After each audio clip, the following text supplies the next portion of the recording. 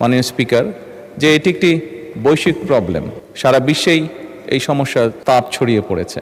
মাননীয় বিরোধী দলীয় নেতা ওনার বক্তব্যে বাংলাদেশের এটি যে কনসার্ন সেটি এক্সপ্রেস করেছিলেন উনি, এবং ওনারা প্রস্তাব দিয়েছিলেন ওনাদের পক্ষ থেকে যে ওনাদের কাছে কিছু পরামর্শ আছে।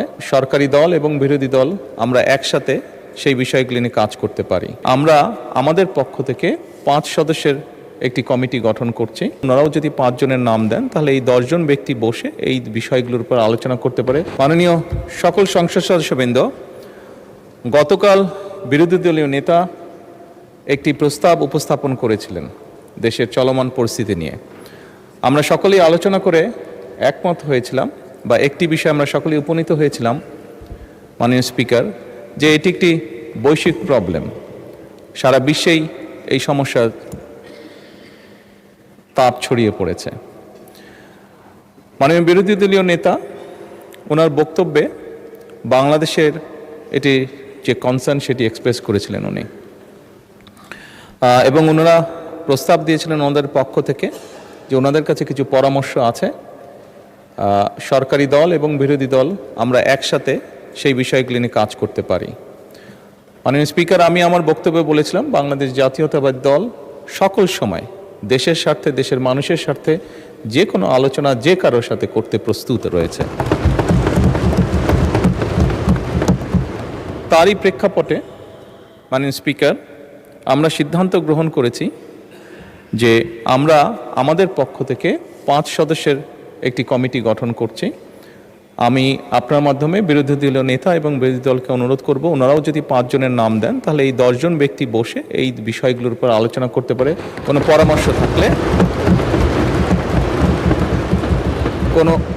কোনো পরামর্শ থাকলে এই কমিটির মাধ্যমে সেটি সরকারের কাছেও আসলো, এবং সরকার সেটার মধ্যে কোনো বাস্তবতা থাকলে অবশ্যই সেটি কার্যকর করার উদ্যোগ গ্রহণ করবে। আমি মাননীয় স্পিকার আপনার সামনেই নামগুলো এখন উপস্থাপন করতে চাচ্ছি আমাদের পক্ষ থেকে এখানে মাননীয় জ্বালানি মন্ত্রী জনাব ইকবাল মোহাম্মদ টুকু, প্রতিমন্ত্রী জনাব অমিত, এবং মাননীয় সংসদ সদস্য এবি মাশরাফুদ্দিন নিজাম, লক্ষ্মীপুর 4, মঈনুল ইসলাম খান শান্ত, মানিকগঞ্জ 2, মিয়া নুরুদ্দিন অপু, শরীয়তপুর 3। এই 5 জনকে আমরা প্রস্তাবনা করছি। মাননীয় স্পিকার, আমি বিরোধী দলীয় নেতাকে অনুরোধ করব ওনাদের পক্ষ থেকে নামগুলো যদি দ্রুত আমাদের কাছে দেন তাহলে এই কমিটি দ্রুত কাজ শুরু করতে পারবে। ধন্যবাদ মাননীয় স্পিকার। মাননীয় বিরোধী দলের নেতা। মাননীয় স্পিকার, আপনাকে ধন্যবাদ।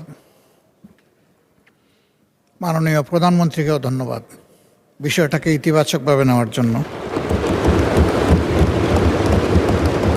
আমরা আশা করি এই সংসদ জাতীয় সকল সমস্যা সমাধানের কেন্দ্রবিন্দু হবে ইনশাআল্লাহ, এবং আমরা মনে করি এই সংসদের জন্য এটি একটি নবযাত্রা। এটাকে আমি সাধুবাদ জানাই, এবং আমরা শীঘ্রই ইনশাআল্লাহ নামগুলা পেশ করব। ধন্যবাদ সবাইকে। মাননীয় সংসদ নেতা, কমিটির একজন সভাপতি প্রয়োজন। মাননীয় স্পিকার, স্বাভাবিকভাবেই যাতে গৃহীত সুপারিশগুলো বাস্তবতার আলো দেখতে পারে সেজন্য আমরা প্রস্তাব করছি যে মাননীয় মন্ত্রী, জ্বালানি মন্ত্রী ইকবাল মোহাম্মদ টুকু, ওনাকে এই কমিটির সভাপতি করা হোক। ধন্যবাদ। ধন্যবাদ মাননীয় সংসদ নেতা।